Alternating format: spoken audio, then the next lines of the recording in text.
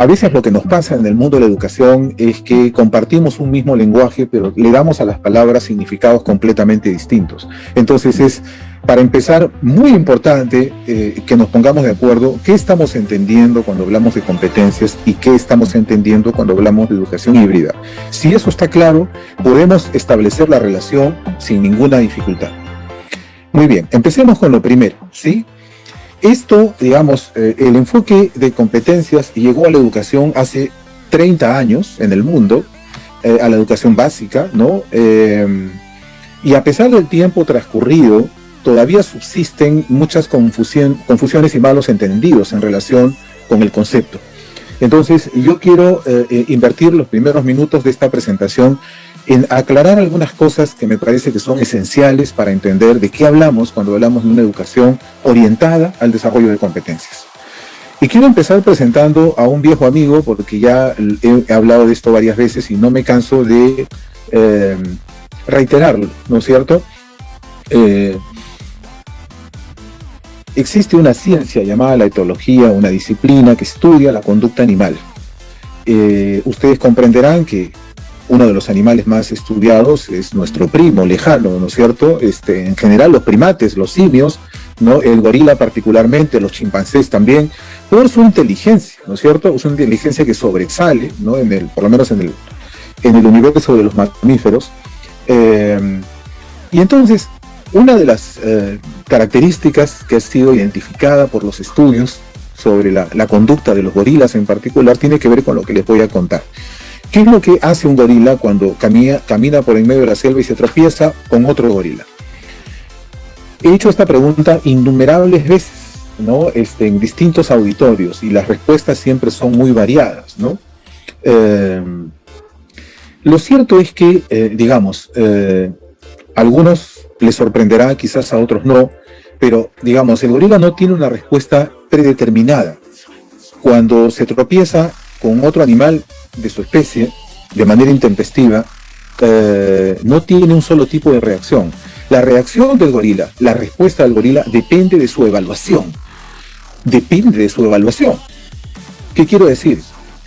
Si el otro gorila es de su manada, este gorila no le va a hacer nada, porque es miembro del clan. Entonces hay familiaridad, no hay ningún problema.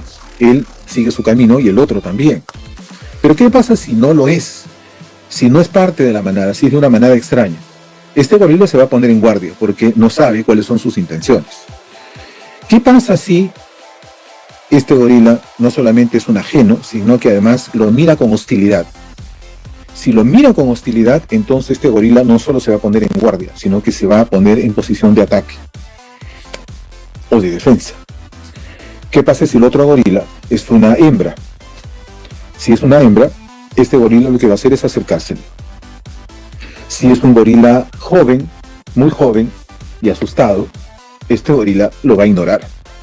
Es decir, el gorila no, insisto, no tiene una respuesta estereotipada. El gorila responde en función de la evaluación que hace de la situación. Este gorila, que tiene una inteligencia inferior al ser humano, no toma decisiones mecánicas, llevadas por la costumbre.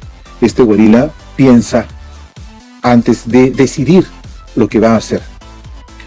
¿Por qué me gusta contar la historia del gorila? Porque a mí me parece fascinante el que podamos tomar nota de que aún en el universo de los mamíferos, de los animales, hay especímenes que tienen incorporado en su estructura genética esta disposición para elegir lo que van a hacer antes de actuar frente a una situación que los reta, ¿sí? Y es una elección que pasa por una reflexión. Y esto es la esencia de las competencias. Las competencias no consisten en otra cosa que pensar antes de actuar. Por eso es que la llegada del enfoque por competencias al mundo de la educación representó un desafío para la educación de la mente. Esto rompe una tradición, porque los sistemas educativos surgieron a fines del siglo XVIII, no para educar la mente de los niños, sino para instruirlos en la obediencia. Por eso es que los estudiantes en el 18, en el 19, ¿no es cierto? Y aún en las 2/3 partes y más del siglo XX, eran estudiantes que estaban dispuestos a hacer exactamente todo lo que decía el profesor, ¿no es cierto? Ya, ahí no pensar, eso fuera del contrato, ¿no? No se trataba de que los chicos piensen, sino de que repitan lo que el profesor les estaba enseñando, ¿ok? Fines del siglo XX, el mundo toma conciencia que va a entrar al siglo XXI y no podíamos entrar al siglo XXI con la misma vieja educación que habíamos heredado del siglo XIX.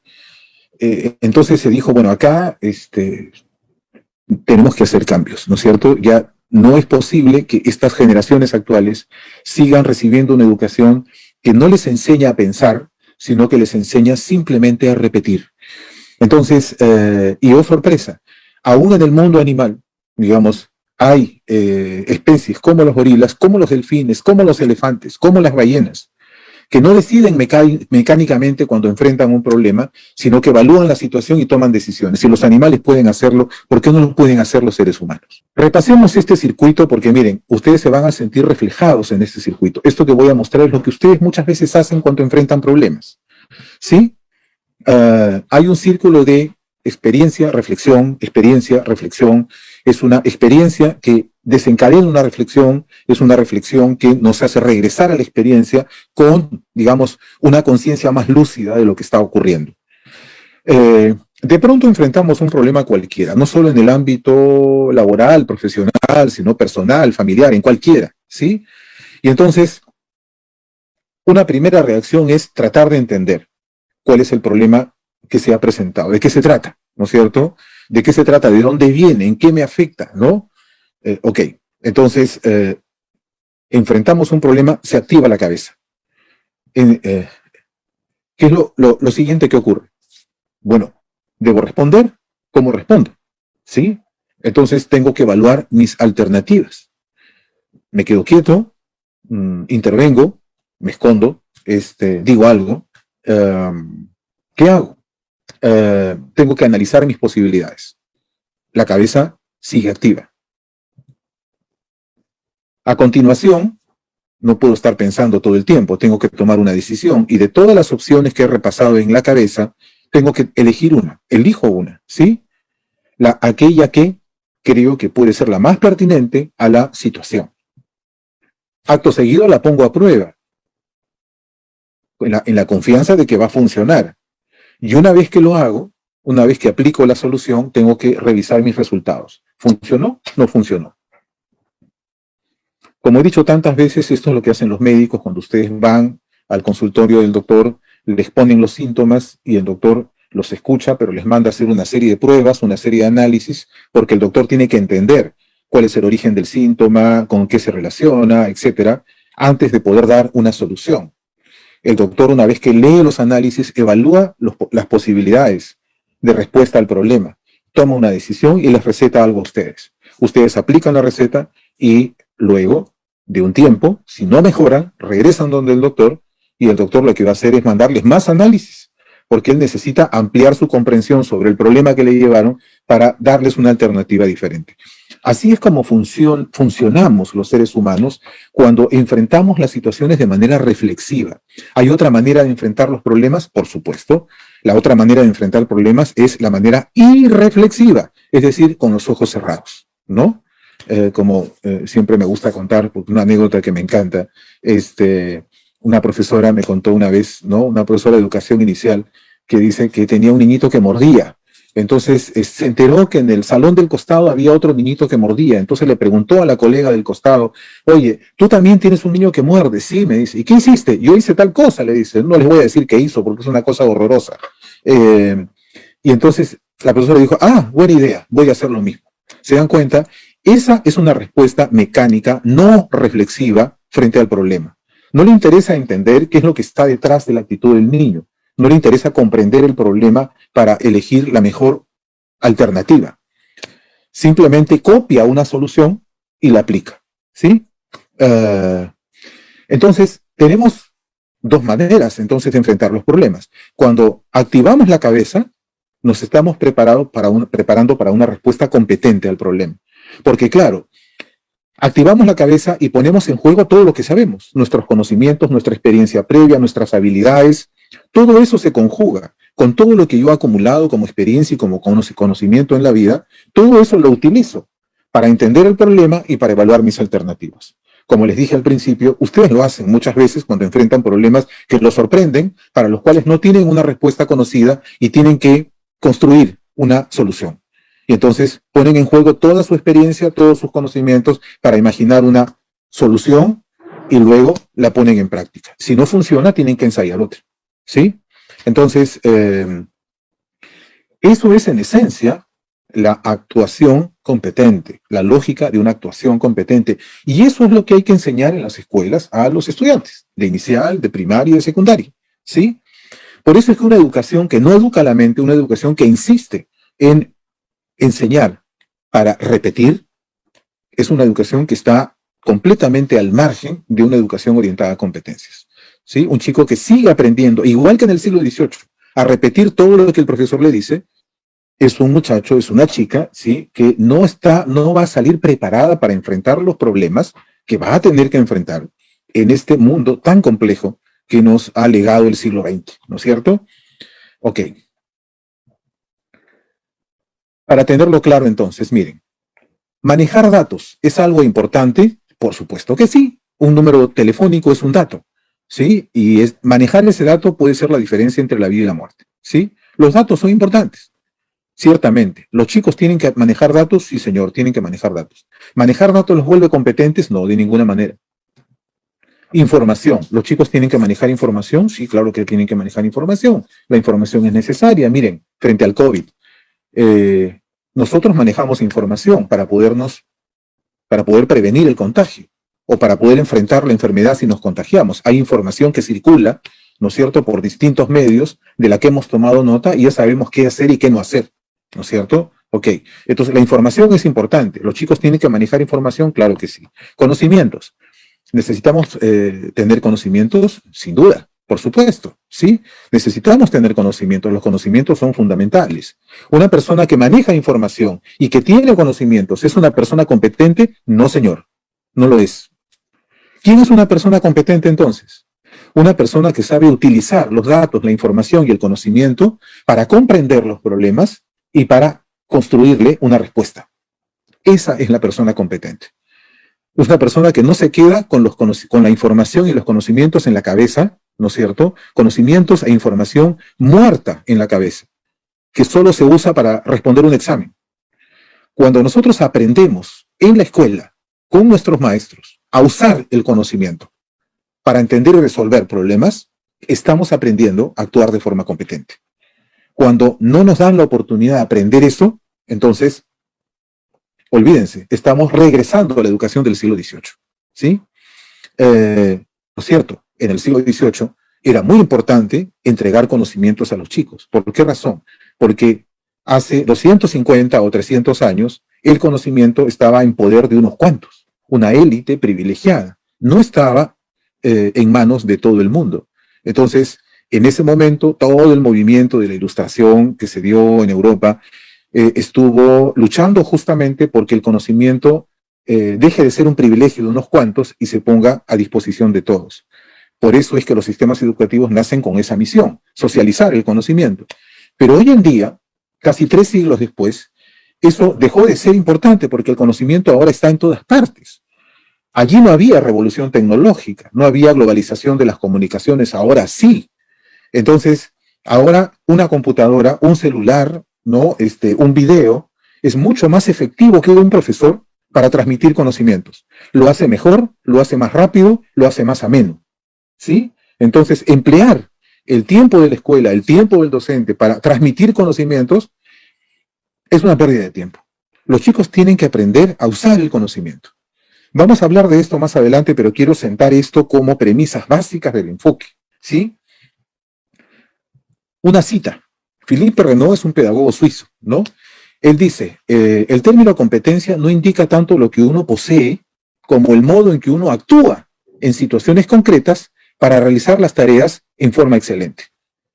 No se puede afirmar, dice Renaud, que una persona es capaz de demostrar cierta competencia hasta el momento en que nosotros nos vemos aplicando esos conocimientos, esas habilidades, esas actitudes en una situación determinada.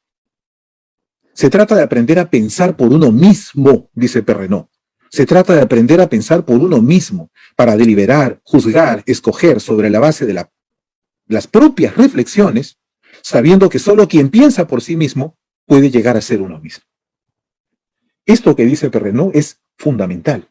Es fundamental, digamos, y es al mismo tiempo una ruptura con una tradición pedagógica muy poderosa, que lo que nos ha enseñado, mejor dicho, nos ha preparado para, no para lo que él dice, sino para hacer que el aprendiz, el estudiante, el niño, el joven, el adolescente, repita lo que el profesor le enseña, ¿sí? No para que piense por sí mismo, sino para que piense lo que el profesor está pensando. Y ustedes ven un ejemplo clarísimo. Muchas de las sesiones que nosotros diseñamos, en el título ya anticipan a qué conclusión tienen que llegar los chicos, ¿no es cierto? La lluvia es beneficiosa y sirve para regar los cultivos. ¿Qué van a hacer los chicos? Van a estudiar el fenómeno de la lluvia, pero ya saben a qué conclusión van a llegar porque ya el profesor les anticipó. No importa qué es lo que ustedes lean, revisen, investiguen, pero al final de la clase, esto es lo que ustedes tienen que decir. Vivimos en familia y nos amamos y nos respetamos todos.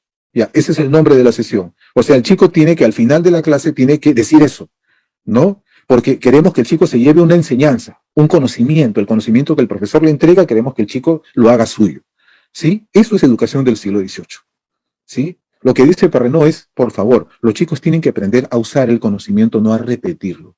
Hemos estado durante 300 años enseñando a repetir. En el siglo XXI los chicos tienen que aprender a pensar. La acción competente es una acción reflexiva, como lo he venido diciendo, ¿no es cierto? Es cuando uno se hace la pregunta, bueno, ¿qué cosa es lo que estoy viendo? ¿Qué cosa es lo que estoy escuchando? ¿Qué cosa es lo que estoy buscando? ¿Qué información uso? ¿Qué información necesito? ¿A qué conclusiones estoy llegando? ¿De dónde estoy partiendo para llegar a esas conclusiones? ¿Cuál es la idea central de todo esto?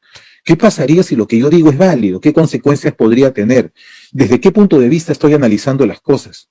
¿Qué preguntas me estoy haciendo y qué preguntas me estoy respondiendo? Cuando la cabeza se pone a pensar, estas y otras preguntas empiezan a surgir cuando nosotros analizamos los problemas, las alternativas, las decisiones que tenemos que tomar o los resultados de nuestras decisiones, ¿sí? Eso es un acto reflexivo. Yo sé que en el mundo en el que vivimos, que es un mundo apurado, ¿no es cierto?, en donde todo el tiempo nos presionan para correr, a veces muchos dirán, uno no tiene mucho tiempo de pensar porque no terminan de pedirte una cosa y ya te están pidiendo 5 más. No podemos hacerle esto, ¿no?, a los niños y a los adolescentes de estas generaciones. No le podemos hacer eso. Para aprender a actuar de forma reflexiva necesitamos tiempo pausado, no podemos correr. A mí me preocupa mucho que en estos tiempos dicen, no, hay que acelerar el conocimiento, porque se han perdido los años. Acelerar el conocimiento. O sea, ¿qué vamos a hacer acelerando el conocimiento? Vamos a atiborrar a los chicos de tareas, de trabajos, de información, para acelerar su aprendizaje. ¿Qué clase de aprendizaje se acelera de esa manera? Aprender a actuar de forma competente supone tiempo de maduración, tiempo de reflexión, de análisis, de discusión, de investigación. Eso no se hace a la carrera ni a la loca, ¿sí? Tengamos en cuenta una cosa, porque esto tiene que ver con lo que viene a continuación. Como podrán ustedes darse cuenta, si actuar de forma competente es aprender a resolver problemas usando la cabeza, la propia cabeza, no la cabeza de otros. Entonces, eso quiere decir que lo que la educación tiene que ofrecer a los chicos son problemas para resolver. Y eso significa, insisto, poner de cabeza la lógica con la que se ha venido aprendiendo, ¿no?, hasta en los últimos 200 o 150 años. Tradicionalmente lo que hemos hecho nosotros es primero exponer información a los chicos y luego les pedimos que lo apliquen en un ejercicio. Exponemos las ideas, los hechos, los conceptos, ¿no es cierto? A eso se le llama aprender por deducción, ¿no? Yo les doy las grandes ideas, los grandes conceptos, y a partir de ahí les digo que los apliquen. Ustedes recuerdan cómo hemos aprendido nosotros a escribir, nos daban toda la teoría de la gramática y después queríamos que la apliquen al momento de escribir una carta, ¿no? Entonces, esa es la lógica deductiva, ¿no es cierto? Partimos de lo grande, de lo general, para llegar a lo particular. El desarrollo de competencias supone poner las cosas al revés. Primero se presenta el problema, no las ideas, se presenta el problema. Luego se reflexiona sobre el problema. Se busca la información necesaria. Se analiza la información y en base a las conclusiones se regresa sobre el problema. Eso es aprender por inducción. Y son dos lógicas que están peleadas, ¿sí? Están peleadas. ¿Se pueden combinar? Sí, se pueden combinar, pero tengamos en cuenta una cosa. La lógica dominante, definitivamente hegemónica y dominante, en los últimos 250 años ha sido la deductiva.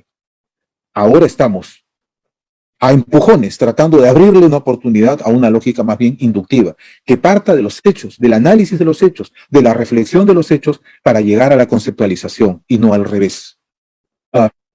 Veamos un ejemplo, ¿ya? Digamos la competencia de producción de textos escritos. Como ustedes recuerdan, todo comienza con una situación comunicativa, ¿no? Para aprender a escribir, uno se confronta con una situación comunicativa que nos reta. Tenemos que responder a esa situación con un texto escrito. Muy bien. ¿Qué es lo que dice la primera capacidad de esa competencia? La primera capacidad dice que, bueno, los chicos que están aprendiendo a escribir tienen que analizar la situación comunicativa para poder comprenderla y luego imaginar qué clase de texto es la que puede ser más pertinente a esa situación. ¿De acuerdo? Lo siguiente que dice, la segunda capacidad de esta competencia dice, organizo y desarrollo mis ideas de forma coherente y cohesionada. Es decir, activo mi cabeza. Ya la activé para analizar la situación. Ahora le sigo dando cuerda a la cabeza porque tengo que seguir pensando. Ya imaginé qué clase de texto puede ser más pertinente. Ahora, ¿qué pongo ahí? Tengo que pensar. Escribir, aprender a escribir no es un acto mecánico, es un acto reflexivo. Porque cuando uno escribe, piensa. Y cuando uno habla, piensa. O debería hacerlo. Hay gente que lo hace sin pensar. Pero el lenguaje escrito u oral activa el pensamiento. ¿Sí? Entonces los chicos tienen que pensar qué clase de texto es, qué puedo decir, ¿no? Y cómo lo puedo decir. Y miren la correspondencia con el circuito, ¿no? De la respuesta competente a un problema. ¿Qué más? ¿Cuál es la tercera capacidad de la competencia? Uso convenciones del lenguaje escrito de forma pertinente. Porque claro, ya agarro un papel y un lapicero, me pongo a escribir. Y claro, hay ciertas reglas que tengo que respetar para que el texto sea legible. Ya, ahí terminó el asunto. No, no señor. Porque una vez que terminé de escribir, tengo que revisar mi texto para ver si lo que puse es realmente lo que quise decir. Se dan cuenta entonces que estas cuatro capacidades se necesitan unas a otras. Muchos colegas creen que se desarrolla la competencia de escribir cuando el chico escribe un texto que respeta las reglas gramaticales. Y no es así, pues. La competencia de escribir no consiste en saber escribir correctamente. La competencia de escribir supone producir textos escritos que sean eficaces en su intención comunicativa, que es una cosa muy diferente. Por eso es que las cuatro capacidades se necesitan. Si yo desarrollo un proyecto y solamente trabajo esta capacidad, utiliza convenciones del lenguaje escrito de forma pertinente, no estoy trabajando la competencia. Estas cuatro capacidades se tienen que conjugar, se tienen que combinar para producir un texto que no solamente esté bien escrito, sino que además sea eficaz en su propósito. Y por lo tanto, que sea pertinente al problema, a la situación comunicativa que ha creado la necesidad de respuesta. Entonces, el circuito de la acción competente se cumple perfectamente. Confronto un problema, pienso para entenderlo, analizo mis alternativas, tomo una decisión, la pongo a prueba y la reviso. Si ustedes ven los estándares, van a ver que los estándares además son muy útiles, porque el estándar lo que hace es aterrizar, ¿no? El estándar, por ejemplo, para quinto ciclo, lo que dice es: adecua su texto al destinatario, propósito y el registro a partir de la experiencia previa y alguna fuente de información. Es decir, el texto tiene que ser pertinente con la situación, tiene que ser pertinente con mi interlocutor, tiene que ser pertinente con mi objetivo. 3 pertinencias. Entonces, está aterrizando lo que dice la capacidad. ¿Me ayuda? Claro que me ayuda, a mí como profesor me ayuda. Sabe dónde, me ayuda a elegir criterios, y el criterio son mis puntos de observación. Escribe diversos tipos de textos de forma reflexiva, dice otro estándar, y organiza y desarrolla lógicamente las ideas en torno a un tema. Ok, entonces quiere decir que acá tiene que haber coherencia lógica entre las cosas que yo estoy pensando. O sea, yo no puedo pensar cualquier cosa, ¿no? Mi reflexión tiene que ser una reflexión ordenada y coherente para que el texto la refleje. Pero si yo empiezo a desvariar y a hablar y a imaginar tonterías, en el papel lo que voy a poner son tonterías. Entonces, luego dice el estándar. Ya una vez que el chico se pone a escribir, emplea vocabulario variado, usa recursos textuales para reforzar sentidos y producir efectos en el lector, utiliza recursos ortográficos, establece relaciones entre ideas a través del uso adecuado de algunos tipos de conectores y referentes. Ya son estándares que ayudan a imaginar criterios mucho más concretos para juzgar el escrito propiamente dicho. Y luego hay otro estándar que dice reflexiona sobre la coherencia y la cohesión de las ideas en el texto que ha escrito. Cuando yo estoy revisando mi texto, entonces, claro, tengo que ver si es coherente con lo que yo quería decir, como les decía hace un momento. El estándar entonces lo que hace es agarra las capacidades y las aterriza. Pero todos estos estándares se necesitan. No es que voy a trabajar uno en esta sesión. Si ustedes quieren desarrollar la competencia de escribir, tienen que entrar todos. Si yo desarrollo una sesión donde el chico lo único que tiene que hacer es tomar apuntes y luego yo reviso si los apuntes están bien escritos, no está trabajando en la competencia de escribir. La competencia de escribir necesita de todos estos elementos. Miren, estos chicos están jugando con las pelotas, están haciendo malabarismo, ¿no es cierto? Todos hemos jugado alguna vez de esa manera y cada uno tiene un par de pelotas. Mientras una está en el aire, ¿no? La otra la tienen en la mano. Con la otra está cayendo, la lanza, ¿no? Es muy sencillo. Los niños lo hacen y lo hacen bien. Este señor, ya más grandecito, ¿no es cierto? Ya no juega con 2 pelotas, hace malabarismo con 1, 2, 3, 4, 5, 6, 7 pelotas. Es más difícil, ¿verdad? Mucho más difícil. O sea, es la misma actividad, pero está en un nivel superior, en un nivel de destreza, de coordinación superior. Este señor, bueno, se pasó, porque no solamente está haciendo malabarismo ya no con pelotas, sino con objetos más pesados, ¿no? Como estos palitroques, sino que además está haciendo equilibrio. Ha puesto uno sobre su cabeza y está sosteniendo un cuaderno. Bueno, entonces está haciendo prácticamente lo mismo que los anteriores, pero en un nivel superior de habilidad.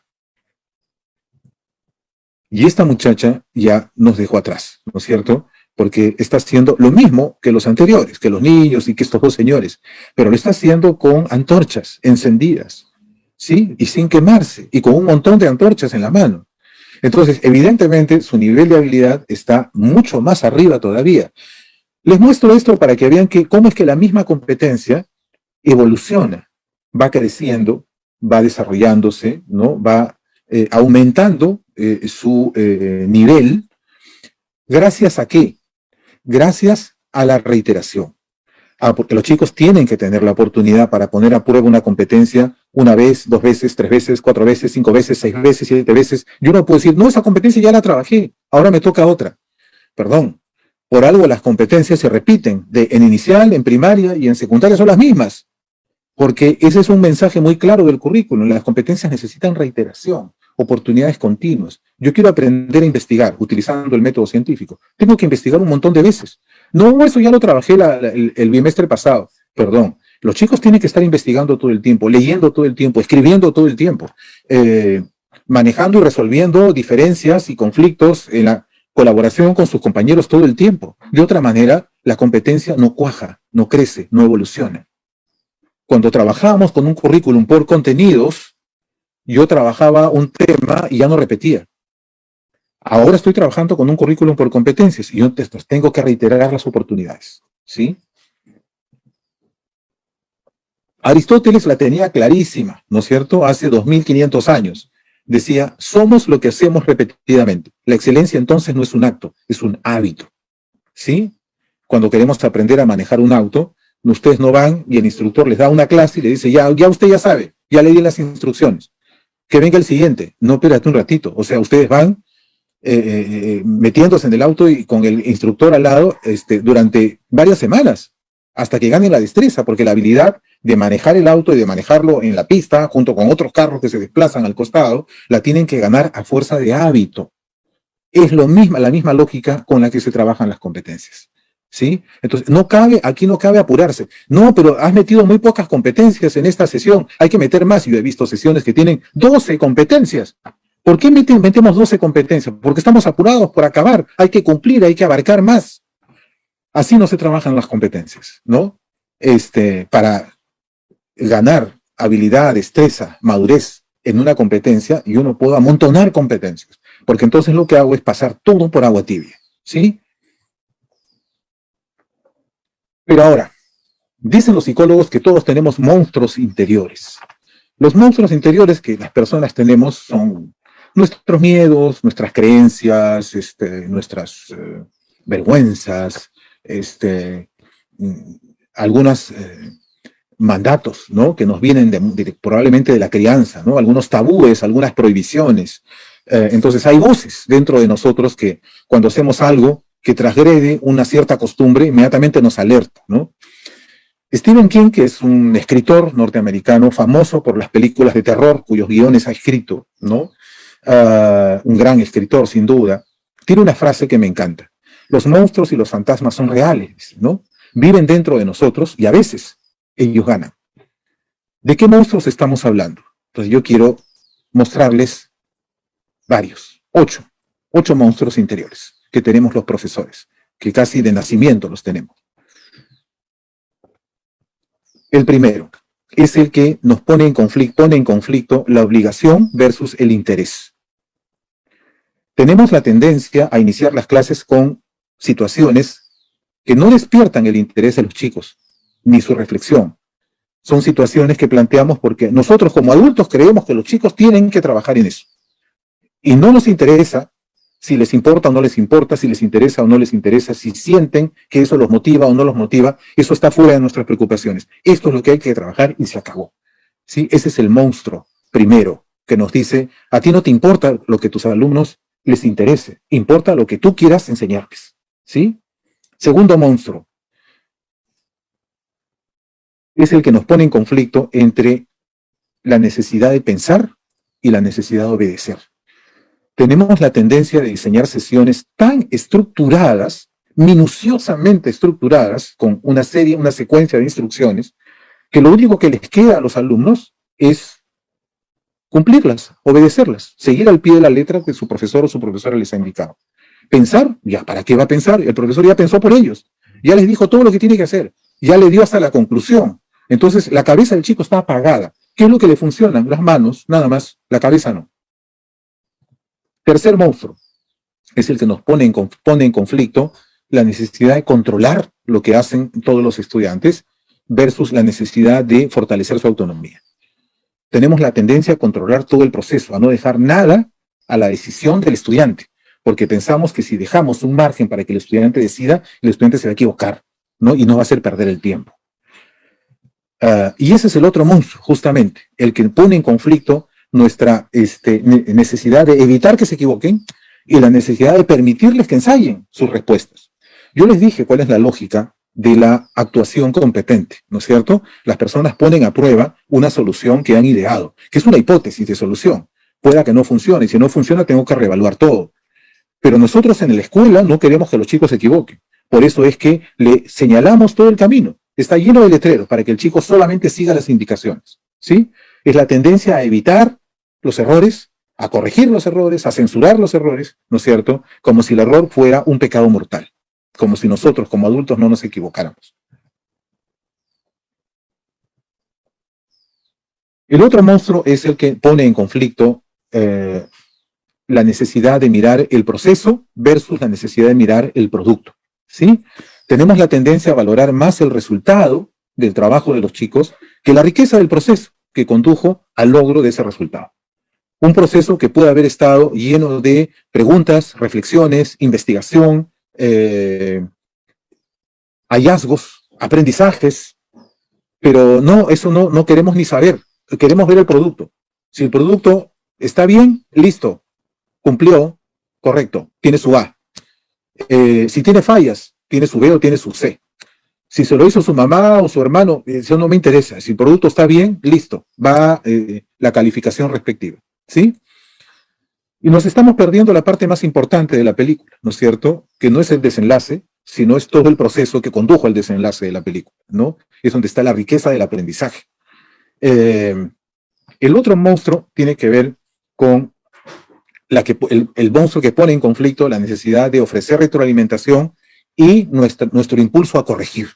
Tenemos la tendencia a confundir retroalimentación reflexiva, una retroalimentación que provoca la reflexión, la autoevaluación de los chicos respecto de su propio desempeño, para inmediatamente corregir el error. No, eso no está bien, acaso no recuerda lo que yo dije en la clase, ¿no? O sea, ¿cómo vamos a dejar que se equivoque? No, eso no está bien, hijo, aquí las cosas se hacen de esta manera.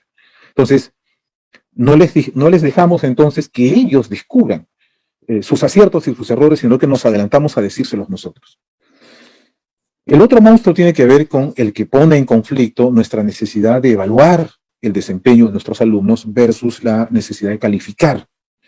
Evaluación y calificación son cosas diferentes, ¿no? La calificación es asignar un símbolo, ¿no? Que represente, digamos, el nivel en el que que le estoy adjudicando al desempeño del chico. Pero la evaluación supone un juicio, supone que yo he cotejado cómo empezó el chico, cómo está ahora, si ha avanzado, si no ha avanzado, si ha retrocedido. Es el que agudiza el ojo para saber cuáles son las habilidades que se han fortalecido, cuáles son las debilidades que todavía permanecen. Y en base a esa información yo elaboro un juicio de valor. Es muy distinto a poner una nota. Pero tenemos la tendencia a calificar el desempeño antes que a describirlo, a explicarlo y a valorarlo. Finalmente, el otro monstruo es el que pone en conflicto nuestra necesidad de ir rápido versus la necesidad de avanzar despacio. Tenemos la tendencia a priorizar el avance en el desarrollo del programa sobre la consolidación del aprendizaje. No, pero que arriba nos están exigiendo, profesor, porque nos dicen que tenemos que avanzar, y eso yo lo sé. El sistema está hecho así, ¿no es cierto? El sistema presiona para que corramos, para que avancemos, y ahora se habla del aprendizaje acelerado, peor todavía. Si hacemos eso, colapsamos. Los chicos lo que van a hacer no van a dejar de hacerlo, van a obedecer finalmente, pero van a hacer todo de manera superficial. Entonces, si nos importa la calidad de sus aprendizajes, esto no deberíamos permitir. Si no nos importa, si lo que nos importa es que nuestro jefe no nos llame la atención, entonces vamos a correr, ¿no? Y no importa cuánto aprende el chico, no, diremos, no es nuestra responsabilidad, ¿sí? Esos son los dilemas en los que nos colocan estos 8 monstruos, que los tenemos adentro y que vienen de la cultura escolar que hemos heredado nosotros del siglo XVIII y del siglo XIX. Deberíamos hacer como esta chica, ¿no? Que le dice a sus monstruos interiores, no tengo ni un minuto para ustedes, así es que mejor vayan a jugar afuera, ¿sí? Tenemos que tomar conciencia de que esos monstruos existen, de que esas voces existen, que esos hábitos y esas creencias existen en nosotros. Y tenemos que aprender a tomar distancia de ellas, porque de lo contrario no es viable una educación en competencias. Una herramienta muy sencilla que tenemos los profesores para educar la mente de los chicos, para darles la oportunidad de aprender a pensar, son las preguntas que hacía el viejo Sócrates. Sócrates era un tipo muy, muy particular. Miren, en la antigua Grecia había muchos sabios, ¿no? Autodenominados sabios, que eran como oráculos, que tenían respuestas para todo. Ustedes les consultaban cualquier cosa y cualquier cosa ellos tenían la respuesta que era la verdad. Sócrates se burlaba de ellos y decía, ¿cómo es posible que haya una persona que sepa todo? Eso no existe, dice, ¿no? O sea, ellos pretenden saber cosas que en realidad no saben y dicen cualquier cosa. Por eso es que Sócrates decía, mira, yo sinceramente lo único que sé es que no sé nada. Es la famosa frase de Sócrates, ¿no? Pero hay otra que me encanta también y que dice, yo no puedo enseñarles nada a nadie. Lo único que puedo hacer es enseñarles a pensar. Y eso es lo que hacía Sócrates. Cuando ustedes iban a preguntarle algo, entonces Sócrates hacía, por ejemplo, preguntas para aclarar. ¿Qué me estás queriendo decir? ¿Me lo puedes explicar con otras palabras? ¿Me puedes dar un ejemplo? Ya, otra pregunta que hacía Sócrates, ¿no? ¿Y en qué te basas para decir eso? ¿Ah? ¿De dónde partes? Otras preguntas que hacía Sócrates. Ah, ¿y cuáles son las razones? ¿Ah? ¿Tienes algún argumento que fundamente tu idea? Otras preguntas que hacía Sócrates. Ah, interesante tu punto de vista. ¿Habrá otro punto de vista para juzgar esto? Otras preguntas que hacía Sócrates, ¿no? Las implicancias. Es decir, ¿y esto que tú dices, si fuera verdad, qué consecuencias tendría? ¿Te has puesto a pensar en eso? otras preguntas que hacía Sócrates, ¿no? Qué interesante tu pregunta. ¿Y por qué me preguntas eso? ¿De dónde te viene ese interés? Todas estas preguntas, estas 6 preguntas, que son preguntas socráticas típicas, son preguntas que invitan a pensar. Esa es la clase de preguntas que nosotros, los profesores del siglo XXI, tenemos que aprender a formular a nuestros chicos para educar la mente de los chicos, educarlos en su capacidad de reflexión. Vamos ahora al segundo gran tema, antes que el tiempo se nos acabe, sobre la educación híbrida, y acá quiero también que prestemos mucha atención, porque esto es un tema complejo, y yo quiero ser claro con esto, ¿sí? Miren, ustedes revisan el concepto de educación híbrida en cualquier fuente, y ustedes van a encontrar una definición que es universal. Es un modelo que combina la educación a distancia con la educación presencial, mediada por la tecnología. Supone clases sincrónicas, es decir, en tiempo real, y clases asincrónicas, es decir, clases grabadas, clases que se pueden seguir, ¿no? En tiempo diferido. Y que incluye repositorios de recursos digitales de carácter complementario. Cualquier definición que ustedes busquen sobre educación híbrida, ustedes van a encontrar que tiene soporte en la tecnología y en la conectividad. Es educación presencial y es educación a distancia por medios virtuales. Las imágenes, si ustedes buscan en Google, en la sección de imágenes de Google, ponen educación híbrida, van a ver que todas las imágenes que aparecen son como las que yo les he puesto aquí. Es una persona que está siguiendo clases en un aula y persona que está siguiendo clases por computadora. Entonces, eso es educación híbrida, porque son 2 modalidades de naturaleza distinta, muy distinta. En ninguna parte van a encontrar que educación híbrida consiste en mandar tareas para la casa. Eso no es educación híbrida. En ninguna parte van a encontrar que educación híbrida es hacer actividades fuera de la escuela, en algún espacio de la comunidad. Mandar tareas para la casa y hacer actividades fuera de la escuela son cosas que nosotros los maestros hemos hecho siempre. Y eso no tiene nada de híbrido, es parte el modelo de enseñanza, ¿no? Con el que nos hemos movido durante muchísimo tiempo. Entonces, educación híbrida hay cuando existe conectividad, cuando hay disponibles medios virtuales y cuando además de eso, esos medios virtuales contienen determinados recursos, determinadas estrategias que permiten a los chicos aprender de manera autónoma. Entonces, vamos a ver cuáles son los requisitos para que exista una educación híbrida en este sentido. En primer lugar, infraestructura tecnológica que asegure la conectividad de todas las escuelas y de todas las familias. En segundo lugar, una capacitación de los maestros en competencias digitales y en el modelo híbrido.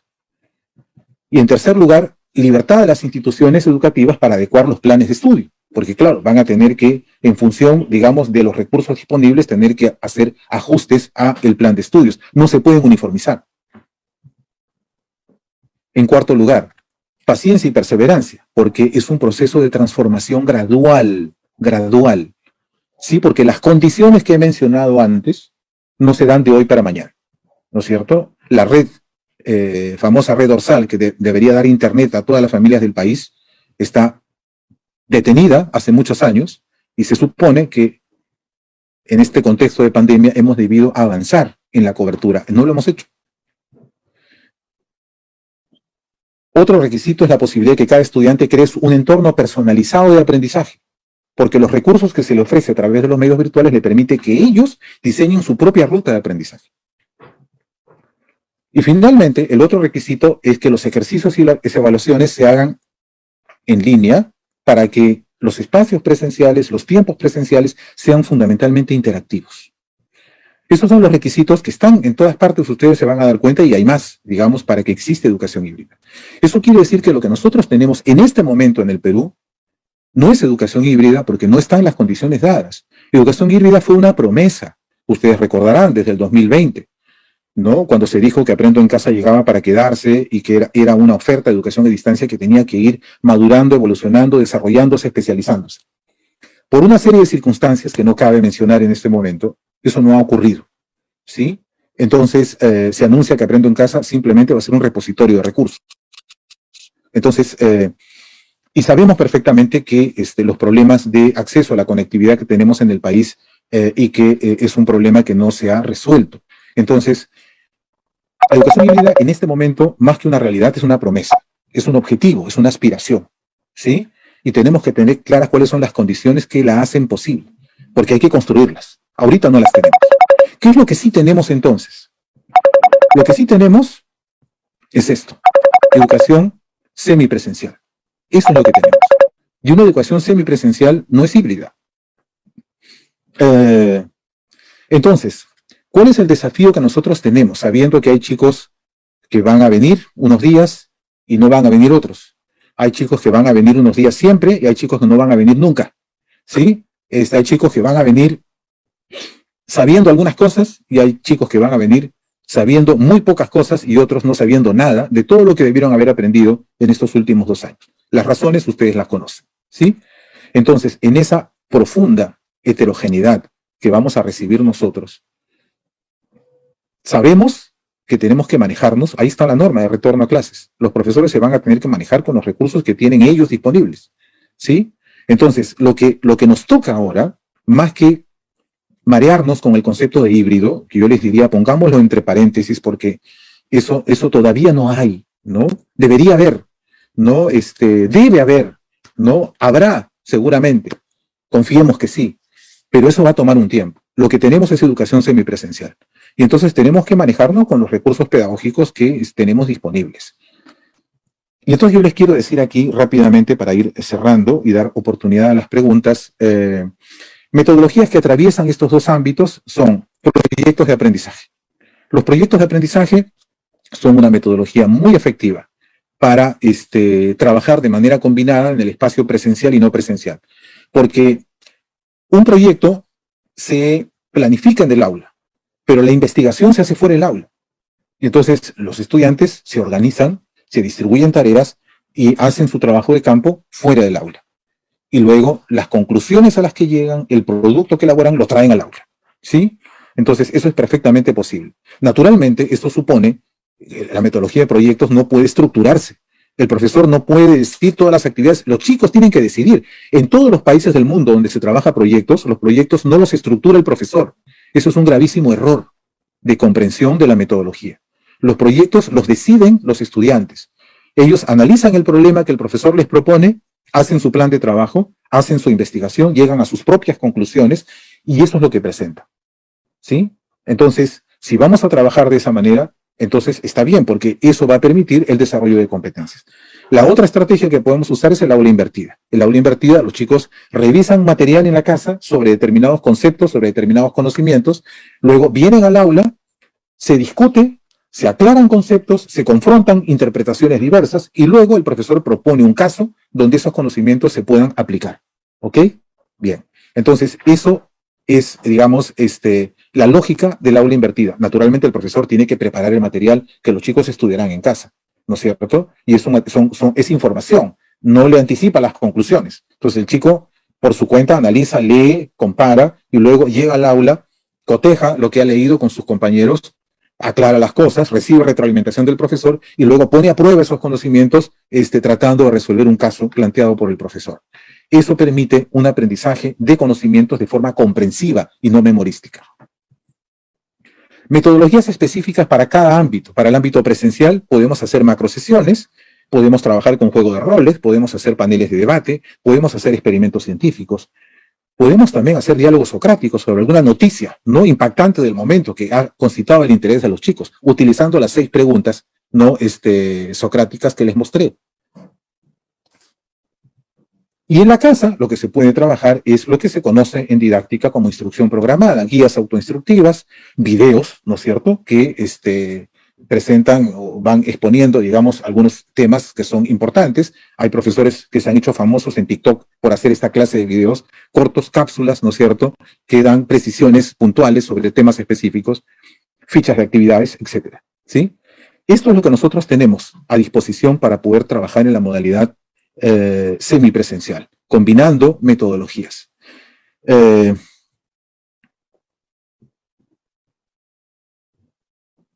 Les voy a decir muy rápidamente esto, porque esto, digamos, las fuentes, abundan las fuentes de información sobre esto. El concepto de experiencias de aprendizaje.